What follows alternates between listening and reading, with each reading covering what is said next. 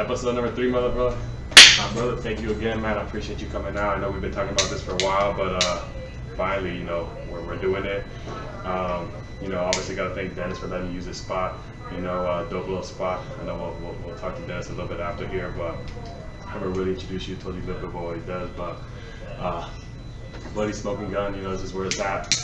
And, like I said, man, we met a couple years ago through our mutual associate Eric, one of my brothers, and he helped me get onto the board of the YPN with you, and we just kind of kicked it off because we had the same mindset, man. So it's pretty cool that we're still, a couple years down the road, still, doing what we're doing. Absolutely, man. It's been really cool to see, the growth, both of us. I think YPN was dope because, it was a chance to, obviously we both wanted the mindset of giving back, we both wanted to make an impact, and we've really taken that to the next step, which, is kind of along those lines of what we wanted to do. Us being being at this age of like, all right, well, I don't want to talk about it, I really want to do it. I mean, 100%, like, that's what it takes to be an entrepreneur, right? Everybody can talk, bro. Talk's cheap, talk's easy, right? Almost everybody got their vocal cords working, so if you can talk, you can talk. But at the end of the day, that's what separates you from actually doing it, right? You're gonna take the actions, you're gonna take the steps. We literally just had this conversation before jumping on. I know you've gone from position to position, worked in different jobs, and just never really found that fit because people like us, entrepreneurs, are never gonna find their calling in a job. Absolutely. You're gonna build your dream, or you're gonna build somebody else's dream. Well, we want to build our own dreams. Absolutely. I think, for me, the job is a chance to learn. Right, so it was nice to be in some different spaces, jumped into like wealth management, back into sales.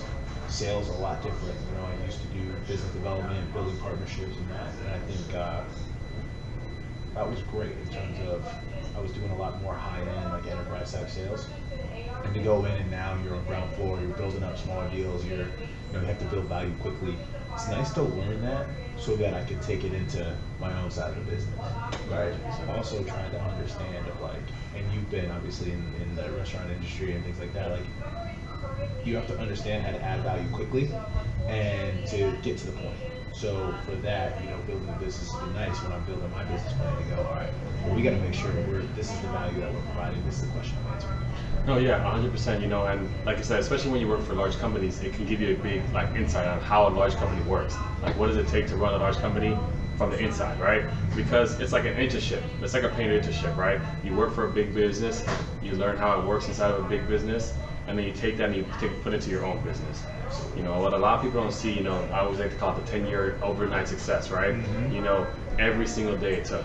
When your job ends, your business starts. And then when your business ends, your job starts, and you just keep it going. Sometimes the business just never ends. Sometimes you're doing the business and your job. Yeah, I know that. So we know about that, taking phone calls when you're not supposed to, hey, we'll have a family emergency. Yeah, you gotta dip and dodge, right? Especially the day of everyday life, right? Boom, all right, I gotta go to the doctor's checkup. All right, I gotta go do this, right? I think one of the biggest things that actually me and my friends were talking about over, I don't call it winter break, but during the holidays was we were sitting there going, connecting, and then how much to manage your relationships, right? So you also have time to not just build a business, all right, I gotta go meet this person because whatever, it might just be a good person. You never know what somebody can offer, but at the same time, then managing that relationship and just making sure you're checking in or whatever it is, we do. Hey man, how you doing? All right, make sure you're good. You still on the grind? Yes. You have to really find your tribe in that sense. Yeah, no, 100%. A lot of people really don't understand what it takes, right? A lot of people like to talk about entrepreneurs, it's a cool thing. Hey, it's cool to be your own boss. But people don't understand what it takes to be your own boss. No, it's not. They really don't. You understand as a leader of an organization, as the boss or whatever you want to call it, you're responsible for every single person in your organization, right? So if they're not eating, it's not their fault, it's your fault, right? You have to understand, I've been reading a lot of leadership books lately, and you have to understand, the onus falls on you. Absolutely. It lives and dies with you. If you succeed, it's because of your team, and if you fail, it's because of you. That's the way you need to think. And, I've noticed that a lot of bosses, I'll call them bosses, because they're not leaders, they're quick to pass the blame. They'll be like, oh, we didn't hit our numbers because you had a bad month. No, that's not the way you're supposed to look at it. Be like, I didn't put you in a position to have a good month. I dropped the ball. like that's what's going to take the difference. You know, it's that ego. You know, ego does not live in a business. Like it will be your downfall. Yeah, I think, it's twofold, right? You do own the company, you're working for them. Like, I'm going to give 100%, right? And I think they should too. You have to, what I do. So I'm all about positivity, same thing, leadership. You know me, like my company greater than you. Like what we're able to do is create that mindset. And I think so many companies are trying to use that as a buzzword. But one of the things, like, I'm actually coming out with a post soon. It's like beware of false positive people, right? Because there's people that will rah-rah you and bring out the pom-pom, but they're not doing anything to actually lift you up and actually help you. Yeah. And so they can do that. I mean, like, hey, if you guys just change your mindset, you'll be fine. And that's not true either. Because like just because you're being positive doesn't mean you ignore reality. You know, and that's the biggest truth, right? You know, people want to talk about having an optimistic, optimistic mindset, right? But it's funny because I was actually reading a book not too long ago about having a neutral mindset, right? Because it's good to be optimistic, right? But if the shit hits the fan, like, what are you gonna do, right? And you can't just be like, oh no, it's gonna work itself out. No, it's like, no, you need to work it out. Yep. Like that's your job. Like when you run the company, like you need to work it out. You need to figure it out. And just being, oh, it's gonna work out, is not gonna help anybody, right? You know, like you have to understand that like bad things do happen eventually, sometimes. And if they do, like, are you prepared for what the consequences may be? And if they arise, will you be able to live up to the challenge? And most people who are extremely overly optimistic aren't. And I had to change my mindset a little bit in that because I always tried to have that positive, mindset. But guess what? You keep on getting hit with jabs and jabs and jabs. Now you got to kind of like change your game plan, right? Yeah. You know, what's the Mike Tyson? Everybody's got a plan until they get hit. In the face, exactly. Exactly. So that's that optimism. That's where it comes. Like, be optimistic about it and have them, know that it's going to go on an upward trajectory, but understand you're ready for whatever's going to come at you in between. Absolutely. So, but there's a reason, right? So, it's all the things that a business will tell you to do, but not stay in, right? So one of the things is every business should have an exit strategy, right? A lot of entrepreneurs will just be like, well, I'm all in. Yes, be all in. But plan for that. If you hit it big, what happens, right? If this arises, what happens, right? So you can call it parallel pathway, you can call it exit strategy, whatever you want. You just have to think about that. It doesn't have to be long, but just make sure you have some sort of plan. Yeah. Right. And it is being even keel. Right? I think everything is, because you don't want to be too high or too low. Yeah. But at that same point, it is driving it home at the same time. Like, you know what? I tell people, if you believe in dichotomy, right? People are like, oh yeah, like good, bad, or evil, whatever. I'm like, that's great. You have to talk positively to yourself. Okay. Right? Because like if you're not in your own corner, then who is? That's bro. I tell people all the time, this is, and again, like obviously this is my viewpoint. I'm not here to impose religion on nobody. But I tell people like all I need to believe in me is me and God. That's it. After that, anything else is possible. Yeah, right. Exactly. But that's what some of these people's biggest like downfall is, that they don't even believe in their own selves, right? And how are you going to succeed if you don't believe in you? It's hard enough when you have the whole entire world against you, but now you have the whole entire world and yourself against you. Like it's a losing equation. It's crazy. I think you really need to, and then once you have that, you find other like-minded people like you're talking about, right? Then I can start to build out. But understand, like, don't come to me and sell me your dream, right? If you don't believe it, right? That doesn't make any sense. No, I mean, again, it's talking about association. I tell people all the time, like, I try to do every year, every so often, I try to do my spring cleaning. Like, who am I going to kick out my phone book that's not doing me any good, right? Because, I made this analogy not too long ago, and it's actually pretty accurate, but, everybody in your life is a hot air balloon or they're an anchor. They're going to take you up or they're going to bring you down, right? And guess what? I don't see that there's anybody in my life so valuable that I'm willing to go down for, right? And not in a egotistical type of way, but at the end of the day, we're responsible for ourselves. And not saying that my family, my friends, I don't love them to death, but there's going to be in certain positions that you can put yourself in by certain consequences that they're not going to be there to take you out. So are you willing to put yourself in a position where you can't get out of yourself and they're not going to help you for somebody else that won't even help you to get out of it anyways? Yeah. And that's kind of how you have to think, right? Because at the end of the day, it's not selfish to say their first interest is themselves, and that's, I understand everybody's first interest is themselves. I never judge anybody for doing that because that's the way it should be. Because if you don't think about yourself, then who will? I'm in agreement. I think when it comes to the business side of things, like we said, like, I think once you get that success, again, success can go to a lot of people's heads, right? You've got to build this person's up, but who are you long term? And then on top of that, it really comes down to, okay, I am right? It's the CEO's job to know what's going on. Yeah. Sometimes people be like, oh, well, the CEO's blocked or whatever that is, and you really have to be careful with that because you're giving the CEO an out. Like, it is his job to know, and then hopefully you now put people in place that you trust that will give you that feedback, and so that we can change and we can grow, right? I tell you, it's the same thing. Like, if the top floor is not listening to the bottom floor, there's a problem, right? And vice versa, right? I think you have a lot of organizations going from vertical to horizontal, but even if you go, long and narrow, you still have to make sure each side is talking to the other, right? It's got to be one. Yeah, I mean, if you don't have constant communication, like you're gonna fail somehow, right? If like you said, if this department isn't talking to that department, how are you guys on the same page? There's a reason that there are consultants, right? And I think you're right. It's communication the key, in all honesty. It's communication. It's a shared vision, right? You got to make sure everybody's in the same vision, has the same vision, right? Because if one person has a vision, they can go far. But if everybody else has the same vision, exactly. I think that's the thing, right? Like, I call it MVP, right? You have to have the motivation, which is like getting started, getting moving. The V, the vision, right? And then C is like, I call it there's really 3 P's, right? It's the person, the people, and the plan, right? The person, the plan, right? And also the position. Yeah. Right? Where are you going to be? Are you going to position yourself to be successful? I like that. Yeah. I'm gonna have to keep that one. Right. So tell me a little bit about the Greater Than. Yeah, so Greater Than University started it about 5 years ago, and now kind of doing a revamp too. But it really is about helping younger people, especially younger athletes, right, be greater than themselves. So, not just on the field, but off the field. I think especially with social media now, you can talk about NIL deals, all this stuff. You realize that you're a brand, right? And young people have to understand that even faster. So that's what you put on social media, the things you can set up with, right? But also understanding that, like, I get it. I think the whole time when you're an athlete, they'll tell you like this time is short. But at the same time, the time is long because you can set yourself up for the long term.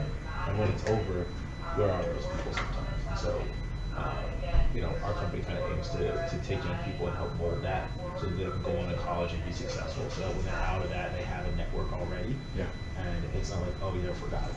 Yeah, and it's funny you mentioned about being your own brand because I always tell people like every day, everything is sales, right? Everything is sales. Like you and me became friends because I sold you why I would be a good friend, and you sold me with why you would be a good friend, right? We didn't like just sit down and say, here are my pros and cons, let's be friends. Like, but look, they outweigh each other. Yeah, right? but it just happens naturally. It happens subconsciously. Like every time you meet somebody, like you're gonna see certain things, and they're gonna do certain things subconsciously to make them more appealing, to have your friendship, right?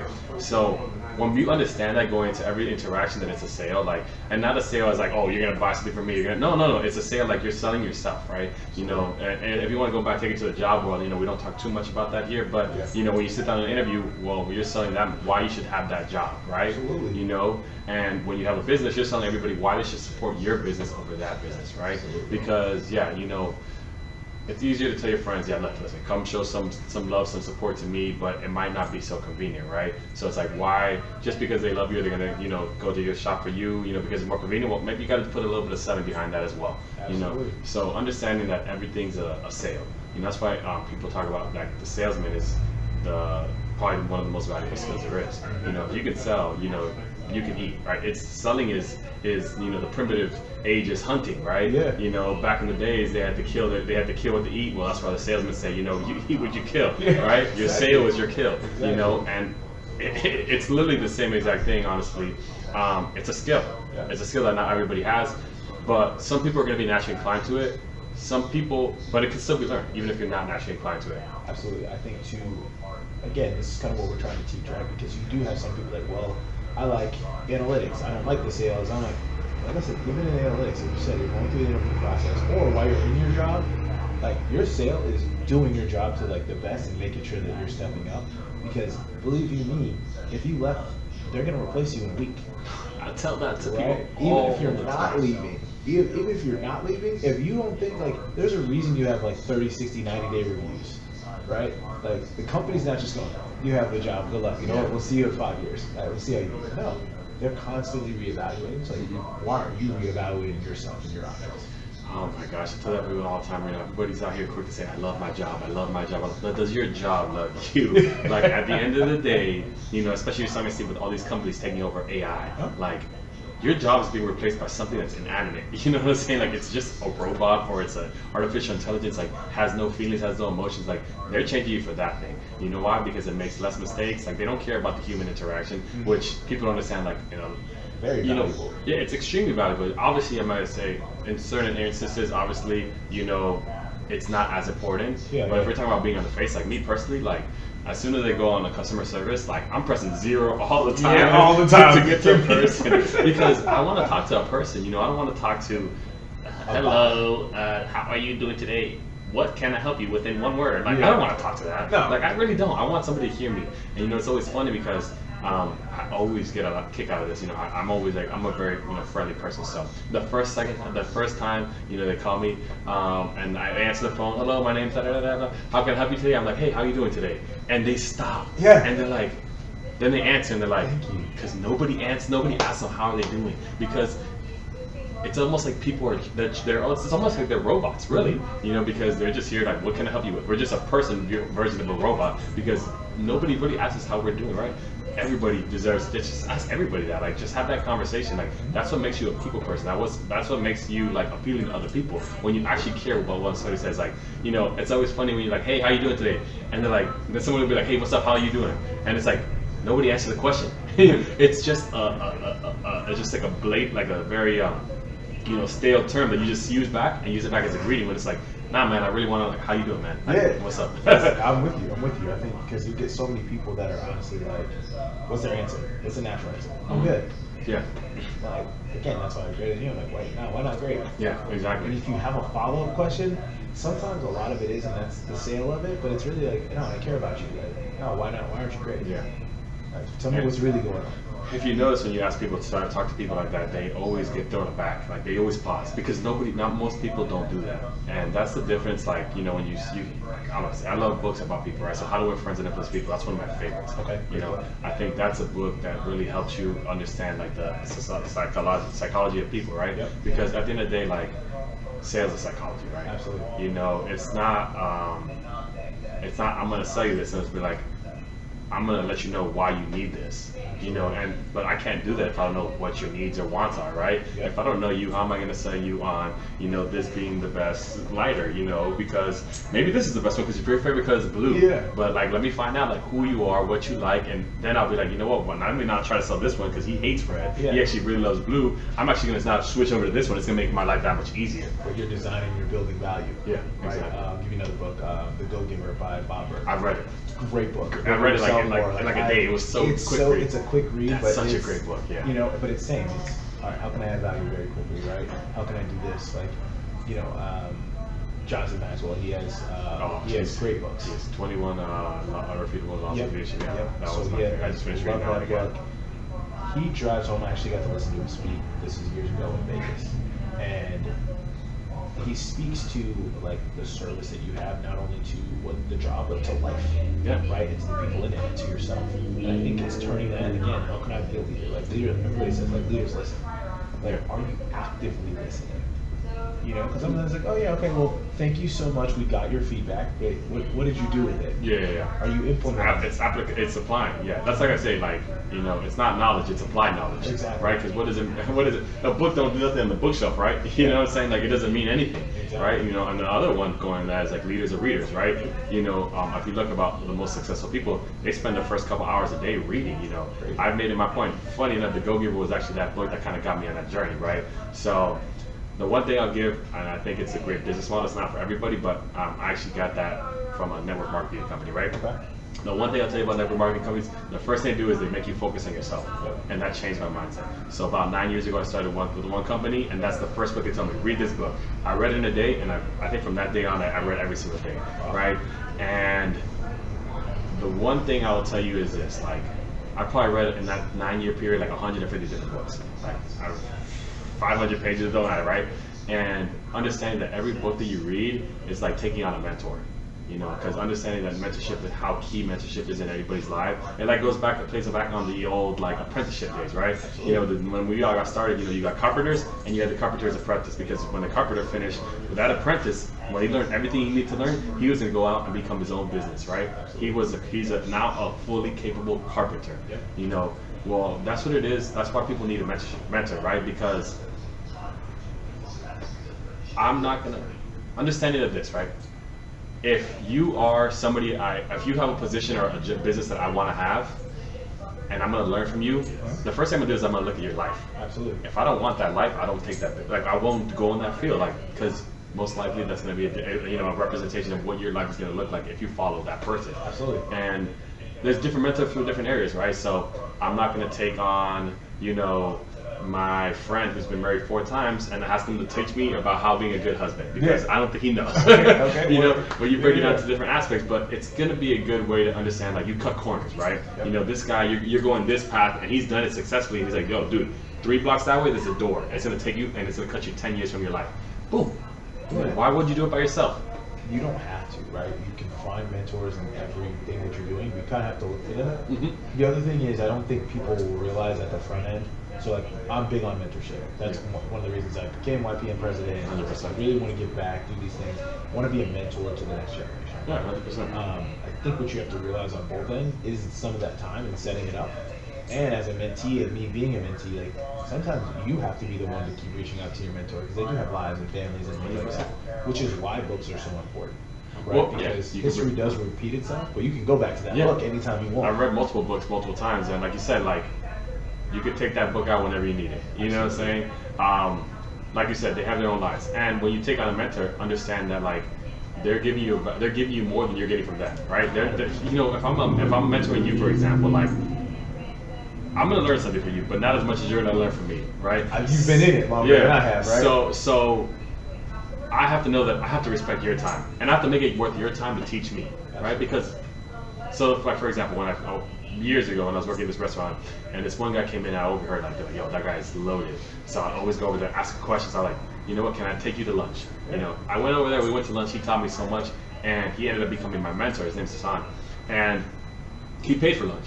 But I offered to pay, and he appreciated that. You know, it's funny. We went out one day. You know, he got a table, and you know he bought all this alcohol, and everybody's like drinking up his alcohol, whatever. His girl was like, yo, he was there. He was being respectful. He wasn't abusing like your generosity. Like, yo, keep this guy on your side. Absolutely. Like, you know. He's like, yeah, he actually paid for me for lunch the day before, you know, because I understand what the value he's bringing me, right? I'm not gonna soak up everything he has, because then guess what? You're gonna people's patience wears thin. Oh yeah, absolutely. And the thing about it is, like, you really do want to become a root to somebody like that, right? You don't go to the apple tree and then pick every apple, right? You have to wait at the right time, and that's when it will fall off, and that's when it will fall off, and that's when it will fall off. And then, by the way, you don't get to eat all that. Sometimes pass it on to the next person. Yeah. Right? And you'll see other those people, they'll fall off, they'll wither, and you know the weather changes, and all of a sudden, like for example, like great mentor, I'm sure he's very, very successful. But if something were to go wrong, he'd still be there. Yeah. Right? The difference is that those other people, they'll be gone, and you'll see them go over the years. You know, a lot of people talk about that. You know, I think I was listening to this podcast with I think it was Fat Joe, and he talked about like he went when he first started making he went on a vacation, took all his boys, and he told them, hey, I'm gonna need y'all to pitch in because the check ain't clear. Yeah. And he said, like one person volunteers, like I ride with that guy. You know, and it didn't happen, like, but he used it as a test. Absolutely. You know, because you know, too many times we hear about people making it out and then just coming right back in because everybody, you know, find out that they're your cousin or they're your next, you know, or that's your boy, or like, hey, I rode with you. Hey, you know, we went to kindergarten together. Like, yo, I deserve 50,000. You know, like everybody got a business plan, like this get rich quick scheme, and they all out here gonna ask you because hey, that's the person they know, or they can reach out to you. But like, yeah, come on, like, oh, you ain't giving back to the community. Like, no, there's different ways to give back, right? You know, even Jesus talked about it, right? Give a man a fish, feed him for a day, teach a man to fish. Like, so That's why I like what we're doing with this podcast, right? Because it's all about taking the information I've learned from the hundreds of books I've read, the hundreds of people I've listened from, the people I know personally, the videos I've listened to, what we both learned, like my knowledge, my wisdom with your knowledge and your wisdom of those before us, and just giving it all for free. Knowledge is meant to be shared. Absolutely. Knowledge is meant to be shared. We've got away from storytelling.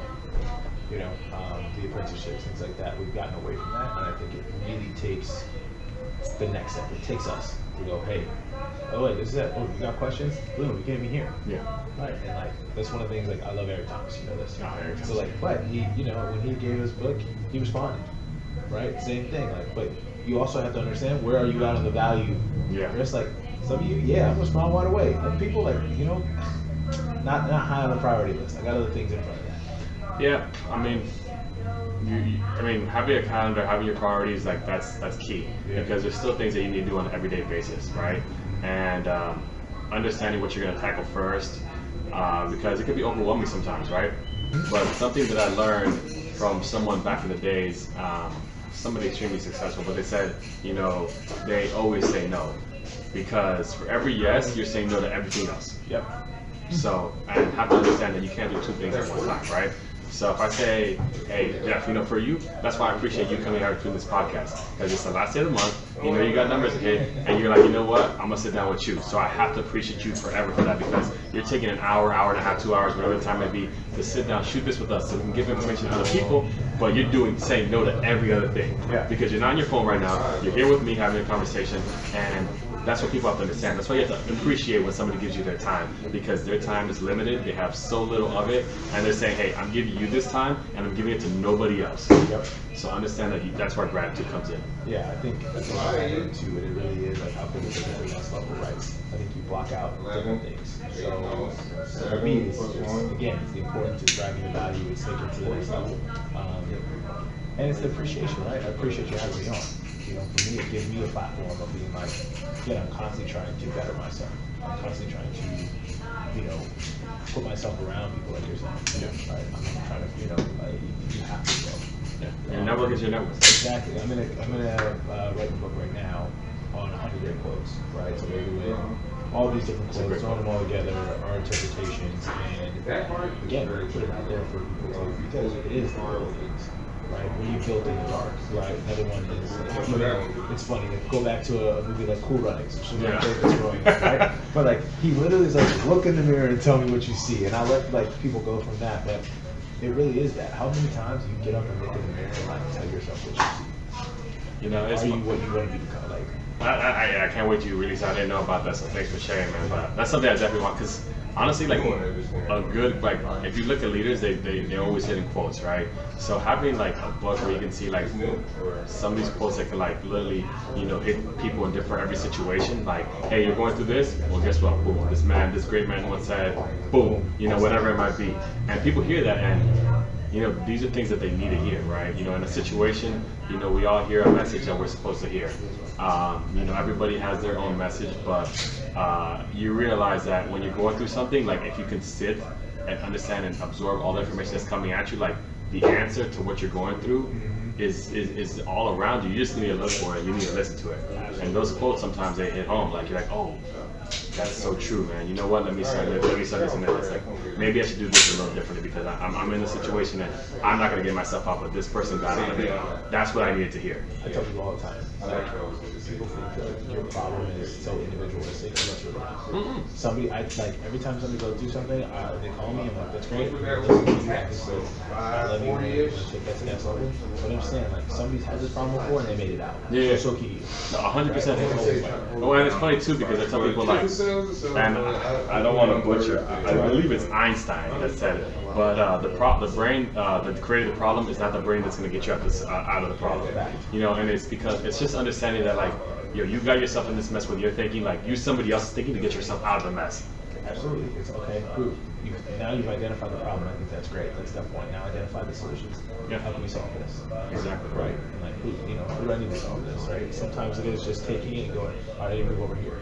Okay, I need to go and do this. Yeah. Right. Or if you don't know, again, it's going into your loop and finding that person that you can lean on, whether it's a parent, whether it's a mentor, whatever that is, and be like, I'm just stuck. Yeah. Right. Because I'll be the first one to tell you, I've gotten stuck. Right, and I've had to lean on different people, and be conscious though, because a lot of times you're going to these people looking for the answer that you want and not the answer that you want. Yeah. And sometimes that's a hard pill to swallow. Oh, that's a right. Yeah. It's the blue and the red pill. It's like, Yeah. what do you want to do? That's so true. Honestly, like because everybody thinks they have the answers, but if you had the answers, you wouldn't be in the problem, right? So it's like, that sounds harder than I think. Yeah, but that's what you need to get. That's what you need to hear. Like it's not what you want. It's what you need to get out. Well, it's funny because you'll see somebody, and we've all had friends like this, but they come, they're leaning on you, and they're like, I just, they complain like, man, you come to me 5 times, or you went to 5 different people and got the same answer. Yeah. But you listened to the 6th person because they gave you the answer you wanted, which is still not going to get you out of the situation. Nah, that's funny too. It's like if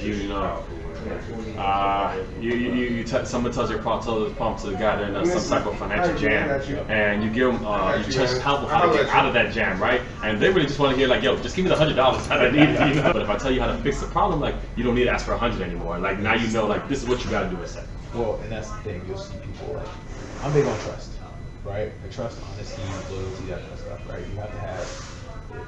Again, this is a movie, but even like Fast and Furious, what does it stand for? Family, right? He's like, I have a code. Great. Everybody can have a different code, but it really is just like, what's your track record? Yeah. No. Right. End of the day, what's your track record? Am I going to you for, like you said, all right, I'm in the problem with this mindset or with this, thing in mind. Can I solve it? And like, also giving yourself the patience. Like some things are harder to go through than others. There's things you can get through in a day. There's things that it may last. I think again every time it's like it may last a minute, it may last an hour, a year. Mm-hmm. Like eventually it will subside. I mean, Steve. Can you weather the storm? Yeah, Steve. I love Steve Harvey, man. He talks a lot about if you're going through hell, why stop? Yeah. Because then you're just stuck in the middle. You're just stuck in the middle, and it's true, right? As he was saying, like you've gone through 100 of bad days that you've ever had, right? You've gone through you made it out of every bad day you've ever had, right?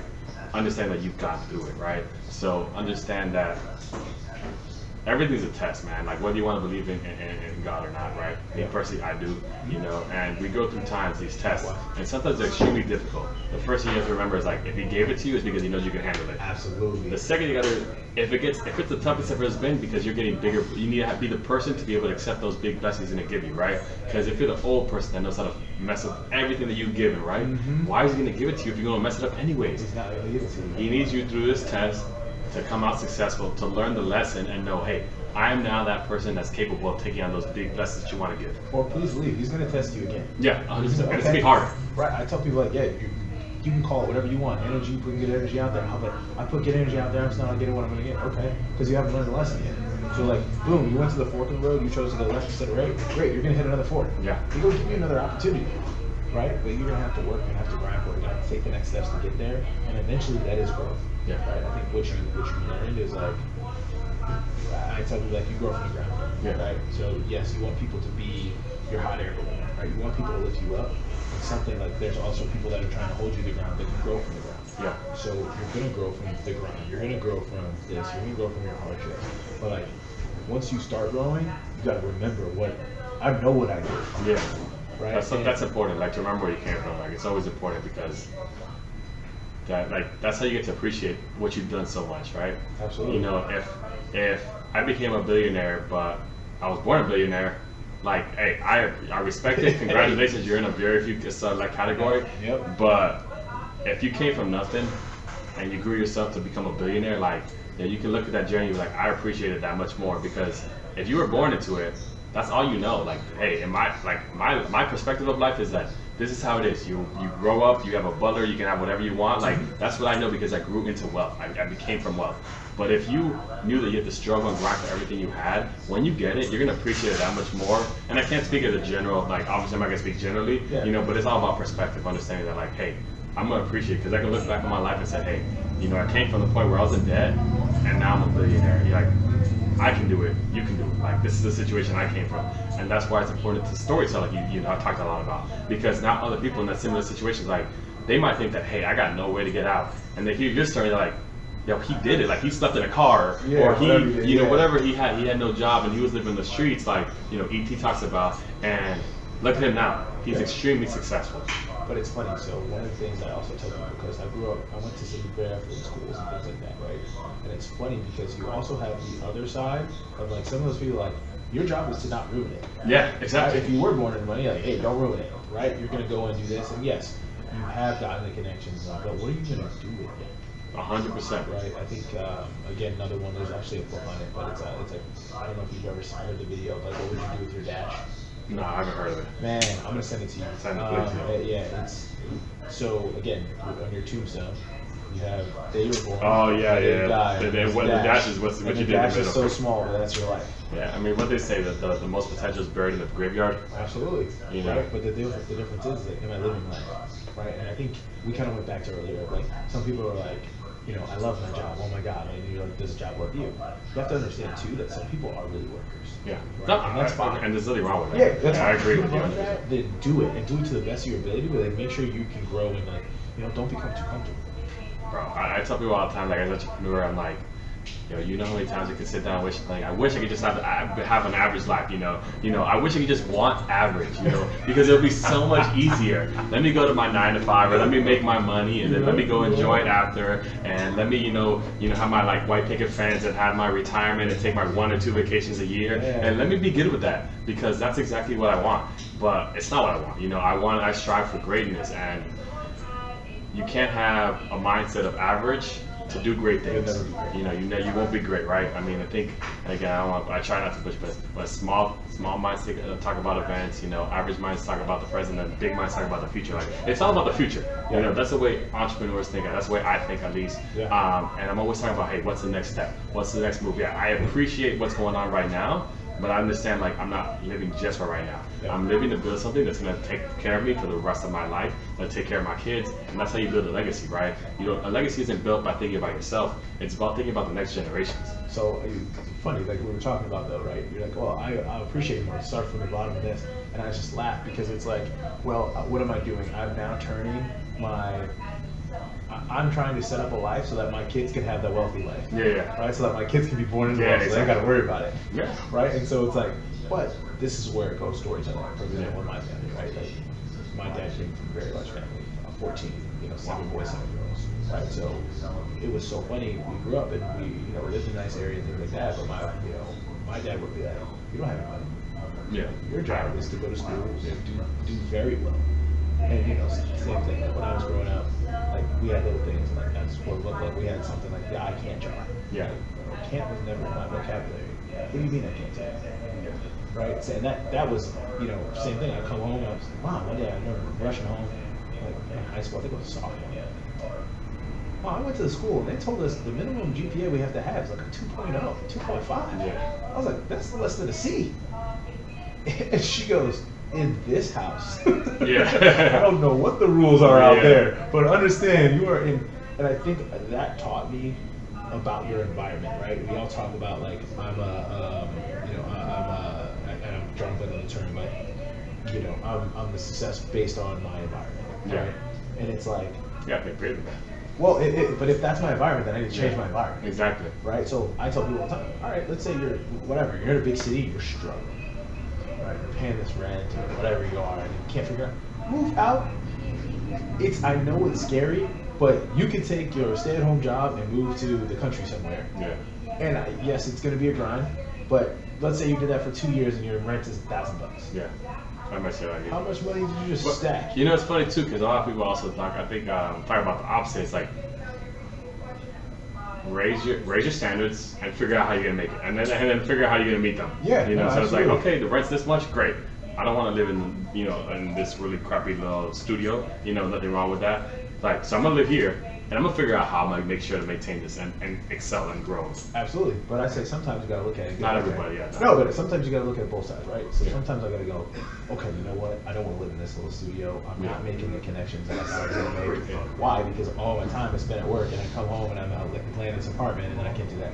So move out. Go stack for a year, and then come back and buy that apartment. I'll tell people all the time, like, look, there's nothing wrong with staying with your parents a couple years longer, but you're stacking your building, and then when you get to leave like for real. Yeah. Because you did things the right way. So again, there's nothing wrong with like keeping your expenses low if you're gonna do the right things. Now what? To keep your expenses low just so you can blow more money partying? Yeah, that's not the answer. That's not the answer. Like you're just gonna end up wasting money. I have this conversation with people because obviously, helping people set up for their future retirements. I sit down with people and talk to people about their budgets. And it's funny because they're always so surprised how much money they should have at the end of the year. Yeah. Right? They always at the end of the month, right? Yeah. So you break it down a month, 30 days. Okay, what are your bills? $3,000 a month. Great. How much money do you make? I make $7,000 a month. Yeah. Great. You're supposed to have $4,000 left over at the end, right? Yeah. I got like 500 at the end. Like, wait, what What are you doing? talking about? So if you don't have a name for your dollar, then it's gonna go anywhere. Yeah. So I'm like, look, that's 4,000. That's a good amount. But wait, put 2,000 into your future. Like, put it to your retirement. You still got $2,000. You want to blow every single penny of that? That's cool. Hey, put 500 to the side and still spend 1,500. I promise you this: at the end of 30 years, when you set your retirement up, you're not going to remember the extra guacamole you got in your thing, or when you went to put gas, you got a bottle of a soda and some chips. You're not going to remember those. But when you got $3 million sitting in your retirement account, and you're like, oh, I'm glad I didn't get the chips that one day or the guacamole that day, and I put it to work. I made it make money for me. Now it's paying you, exactly. So people understand like the little things that they do if they don't make like little, start, drawing a line saying, hey, this is for bills, that's gotta go. Yeah. And this has gotta go for fun because I still need to have fun, but this has gotta go in case something happens and I need to pull from that, I got that. And then this goes for my future. Like, I don't touch it because if you don't have a business, if you don't set something that's gonna pay you for the rest of your life, like, then when you get to a point where you can't make any more money because you're older, like, you need something to pay you. You can't just hope that your kids are gonna be rich. They're gonna take care of you forever. So I promise you, Social Security not gonna be there. Oh, it's not. And if you have bad money habits, chances are your kids are gonna have bad money habits. Which means that if they can barely take care of themselves, how are you gonna expect them to take care of you? You can't. You can't. That's a fact. You can't. And it's driving that, right? If you have that $3 million when you retire and you don't need it because your kids are good and they want to make sure that you take care of, then do whatever you want with that $3 million. You know what I'm saying? But you don't want to come to the point where that's not the case and you need it and you don't have it. Because if you don't plan for your retirement won't plan for you. Well, like you said, rich people have money, right? Yeah. Wealthy people have their money's making money. Mm-hmm. Right? I'm making money while I'm sleeping. Everybody says that, but they don't know how to get it. Right? Again, but that goes back to finding mentors. That goes back to everything we've talked about today. Because what happens? You're not asking the right questions. Yeah. Which is probably why you should pick up one of the books. Exactly. Right? Because if you're not asking the right questions, go to a book.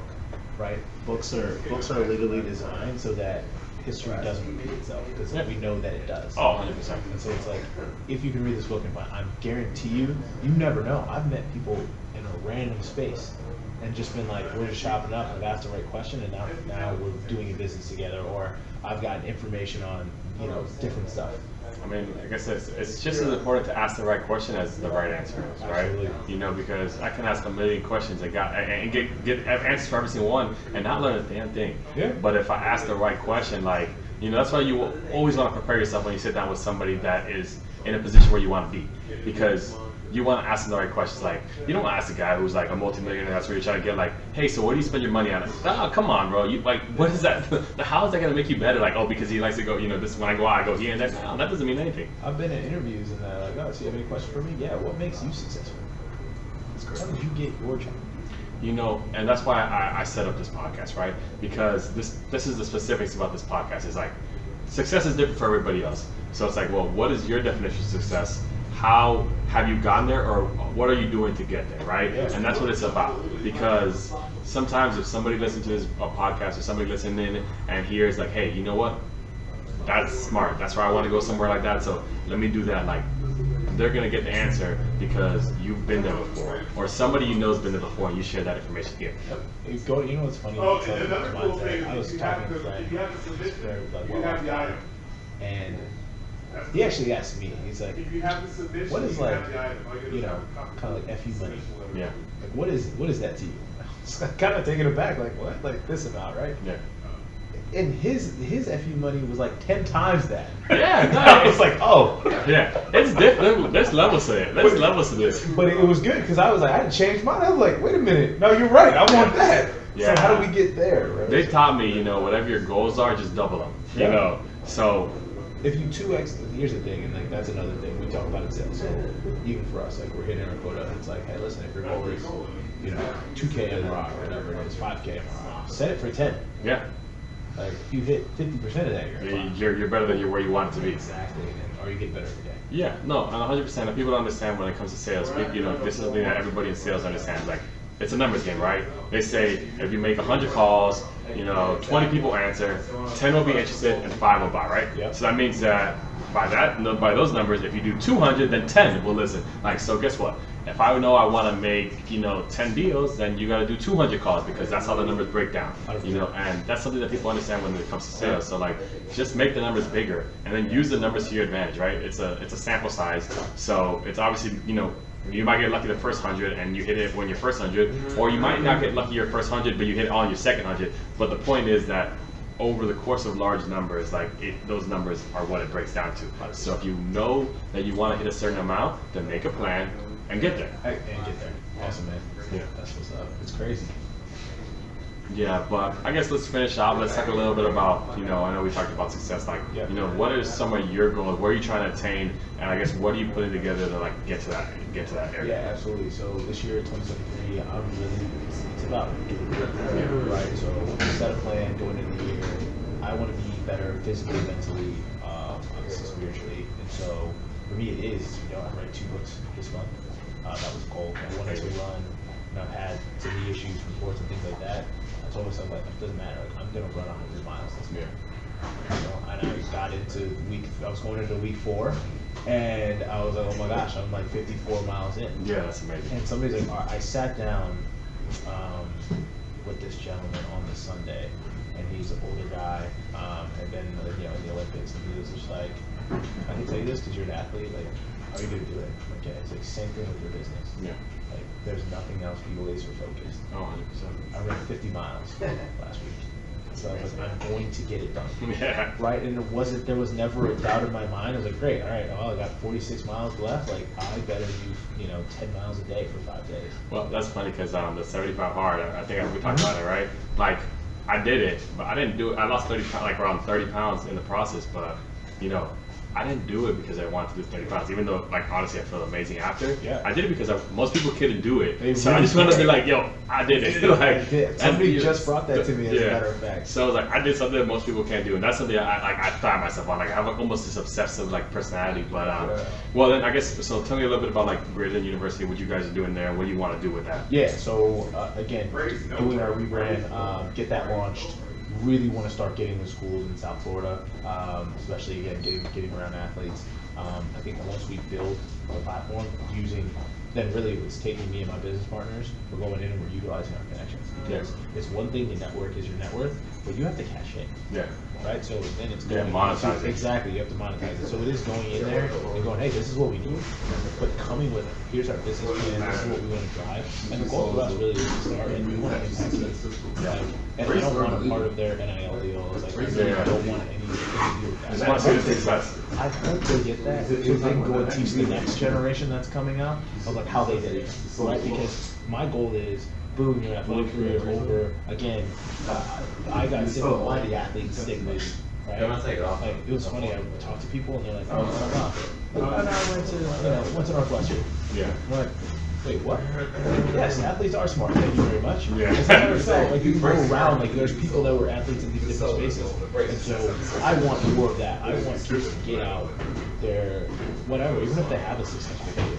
You gotta think, even Kobe Bryant, you look at Shaquille O'Neal, all these people, like, they were athletes for 10, 15, 20 years, right? Okay, so you're still 40 when you're done. Yeah, you have your whole life ahead of you. You still got another 40 years if you're good. At the least. So what are you building while you're in the success to be even more successful? I mean, look, what's that 30 for 30 broke? Like, how many of these athletes end up with nothing after? And it's like, it's because they didn't set something up. What happened? Because you're making millions. You think like, oh, I'm making $10 million a year, $15 million a year. It's a substantial amount of money. but you live like you're gonna have that money coming in every year for the rest of your life. It's like, no, unless you build something right now, unless you invest right now, that money's gonna stop when you stop playing. You know, it's a trade, right? You know, the owner's paying you to put up these numbers. When you stop putting these numbers up, he's not paying you anymore. You know, and that's what people have to understand. So, you know, it's great what you're doing. Thank you, man. I think there's going to be a onus on that too, of just, you know, again, but you know, and I've been there. I played with the Rays for 3 years in the minors, and you see people are like, hey, man, take advantage of this time. Make sure you're putting in extra hours here. You're doing this. Like, if you have an agent, the agent's on you. Like, hey, no, I need you in there. Don't worry about this stuff. It'll be there. Yeah.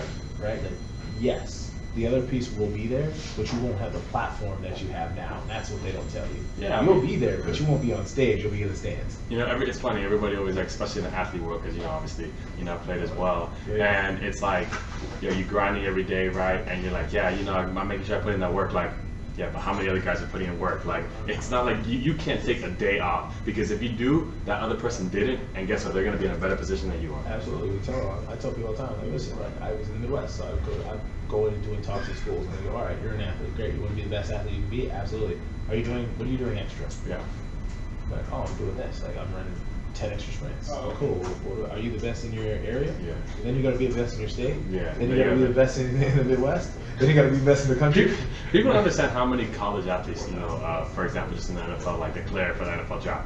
I mean, how many things it takes, right? Crazy. You know what I'm saying? Even if you're drafted, doesn't mean you're guaranteed a position, you know, and that's the crazy thing about it, right? Because somebody's always going to outwork you. You know, some people are just naturally more gifted. Some means you have to work even harder to be able to keep what you have. And at the end, there's still politics when it comes to sports. Absolutely. It's a business. Everything. You know, if you're a more marketable person, but he's better an athlete, guess what? You're going to bring in more money. Absolutely. Like, at the end of the day, his job is to make sure, as the owner, is to make sure he makes money. Exactly. And if he's going to make more money with you than with that person, you know, and it sucks, you know, it's like, oh, you know, this is just looked at as a business, but that's what it is. It's a business, right? I've been you in know, there. It's a privilege. It's a privilege to be able to play and be able to succeed in a business like that, but you're not guaranteed just because you're good, right? Exactly. You know, so what do you distinguish yourself? So that's why, you know, it's important to have this mindset. You know, when I stopped playing football the last time, you know, yo, I'm not gonna lie, I bawled. Like, the last team I played for, I bawled crying, because, like, yo, my goal was, hey, I always wanted to play for the NFL. Yep. You know, I played a little professional, but I didn't make it to NFL, and that's still further than a lot of people have ever gotten. But I did that off my sheer will and, like, hard work. And that day, it was just a sign God telling me, like, look, maybe, you know, something would have happened to me on the field that would have changed my life forever. He's like, that's not what I have for you. That's what you have in your mind for yourself. Exactly. But what I have for you is infinitely greater than that. So the last, like, one of the guys on the team was a preacher as well, and he told me, he said, you know, God's smallest thought is bigger than you can comprehend. Yep. So when I fully understood that, you know, years later, I'm like, this is the path I'm going down. You know, this is what's supposed to. Everything that's happened to me in the past has brought me to where I'm at today. Absolutely. And to where it's a path to where I'm going. And when I get to look back and say, hey, you know what, like, my life's probably greater than if I would have played in the NFL. You know, maybe an average guy. Because guess what? Even if you're just an average player in there, you're not making like money that's gonna retire you for the rest of your life. Yeah, you hear about these 30, 40, you know, Patrick Mahomes contracts, and guess what? There's also guys that are making like 500, 600,000, which is great money, but it's not gonna change you for the rest of life. When it stops, when that faucet cuts off, well, where are you gonna get the water now? Like, come on. Yeah, I think it's later. Even the way designed, you know, in baseball, they're even higher, right? With some of these guys, $300, $400 million. It's crazy. The money is crazy, but they don't tell you what they're making in the minor leagues. Yeah, right. Which is like nothing. Yeah, which is barely enough to survive. Trust me, I know it. Yeah. But the other thing of it is, you know, then you go and you find out people contracts like Bobby Bonilla. This guy has a Bobby Bonilla day. Yeah. Right, and it's how you design it to set it up for your future. So, you know, I think we leave, and that's why, you know, what you're doing with the podcast, just giving information, I love that, because, again, you're leaving a legacy. And that's the goal, man. I mean, I think, well, at least I can't say it's the goal for everybody. That's my goal. Yeah, and I think for a lot of people in our situations, it's your goal, you know, greater than university. Definitely, we can talk a little bit after the podcast about a couple of things that I might be able to put you in touch with that can kind of help, you know, to get into some schools. But I mean, that's what it's all about, right? You know, I put you with the right person, you put me with the right person. Absolutely. You know, I think everybody's put in everybody's life for a reason, you know. You know, Eric, I'm grateful, my boy, like probably a little longer than everybody else. That's my brother, you know, and he put us together, and you know, we're still doing our things. Always make sure to keep, you know, Eric involved in what's going on. But everybody's put in your life for a reason, and the sooner you get to understand that, the sooner you get to utilize that. Because I tell people this: every relationship if I'm giving and you're not giving, that's a bad equation, right? And if you're giving and I'm not giving, that's not a bad equation. We both need to be giving, right? You know, for it to work out. And it's okay to say, hey, you know what? This friendship's not working out because I just keep on giving to you, and I don't receive anything back in return. Like, people are like, well, friendship's about the selflessness and this and that, but understand that, like, no, every relationship is supposed to be a give and take. And if it's the second it's not, the second it's one side giving more than the other side, like, you can't reevaluate and be like, you know what, that was great for me back then, but it's not working out for me anymore. Exactly. And just to piggyback off of that, it is too, sometimes I don't need you. Like, we both might have 100%, right? And maybe you're having a bad day, right? But I need you to give me 100% of your bad day. Yeah, 100%. Right? And like, that's fine. If that's not your full capacity, okay. But at least I know that you're giving 100%. Right? I might have to get a little bit more that day because I'm going to be down here one day and I know you're going to bring me back here. Yeah, exactly. And like, you know, again, that's literally why they have the equal scales, right? Same thing. Like, God will put people into your life and take over. And that's the thing. For a reason or for a season, bro. Like, you know, but at the end of this, it's not by accident, you know. 100%. When you understand that, like, coincidences aren't as common as you think they are, is when you're really going to change, right? Because sometimes things aren't just a coincidence. Like, people like love to say, hey, that's just a coincidence, that's just a coincidence. Like, I think that you get around too many coincidences, you start realizing, like, it's not just a coincidence. There was a reason that happened to you. It was to wake you up, it was to teach you something. And if you don't, it's going to come back and it's going to hit you a little harder next time, and the next time even harder, and the next time even harder. But again, brother, I know you got stuff to do, so I appreciate your time, man. Thanks for being out there. Thanks for, you know, sharing your knowledge, your wisdom, and your journey with everybody. And like, let's keep it going. You know, soon. I can't wait to see the episode when it comes out, when it's ready to shoot. But I appreciate you, brother. Appreciate you, man.